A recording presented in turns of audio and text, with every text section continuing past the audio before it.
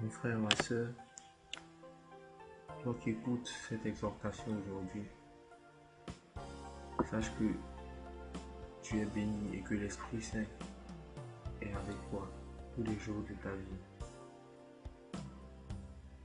Aujourd'hui, l'Église nous propose des textes intéressants. On commencera par l'évangile tiré de Marc 8, le verset 14 à 21. Jésus nous dit de prendre garde au levain des pharisiens et à celui d'Hérode. Mais je me dis que, sinon que je comprends par là, non pas la nourriture physique sur laquelle les apôtres peinent à discuter, mais c'est tout ce qui nous enchaîne à ce monde. Nos intérêts personnels, nos soifs de pouvoir.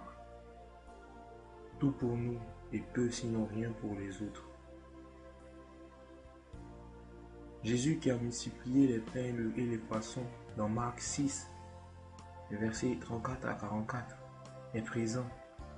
Mais les apôtres, aussi proches soient-ils, l'ont déjà oublié.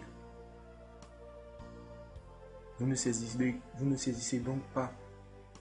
Vous avez le cœur endurci. Vous avez les yeux, mais vous ne voyez pas. Des oreilles, mais vous n'entendez pas. Frères et sœurs, combien de fois sommes-nous trouvés, sinon retrouvés dans ce genre de situation, où nous nous apitoyons sur nos sorts directement. Nous allons jusqu'à dire certaines choses dont nous ne mesurons même pas l'impact.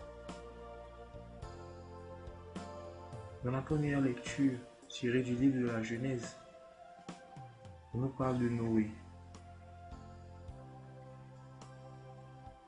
Le Seigneur Dieu dit, « Je vais effacer de la surface du sol les hommes que j'ai créés. » Le Seigneur vit que la méchanceté de l'homme était grande et que ses pensées portaient uniquement vers le mal à longueur de journée. Le Seigneur est déçu de sa création. Il a repéré un homme juste.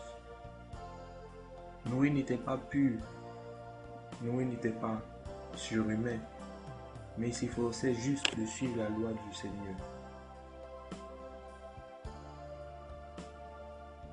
Ne pouvons-nous pas être ce Noé? Qu'est-ce qui nous empêche d'être ce Noé? Le psaume nous demande de rendre gloire et puissance au Seigneur, de l'adorer tous les jours de notre vie. Alors mon frère, ma soeur, ne fais pas l'erreur de ces apôtres qui ont Jésus tout près d'eux et qui refusent de voir, accablés par leurs problèmes. Mais dis-toi que, comme mes frères l'ont dit, tu n'as pas de grands problèmes, mais tu as un grand Dieu. Et que peu importe ce qui peut t'arriver dans ce monde, Dieu occupera toujours la première place, quand c'est elle qui lui revient. Amen.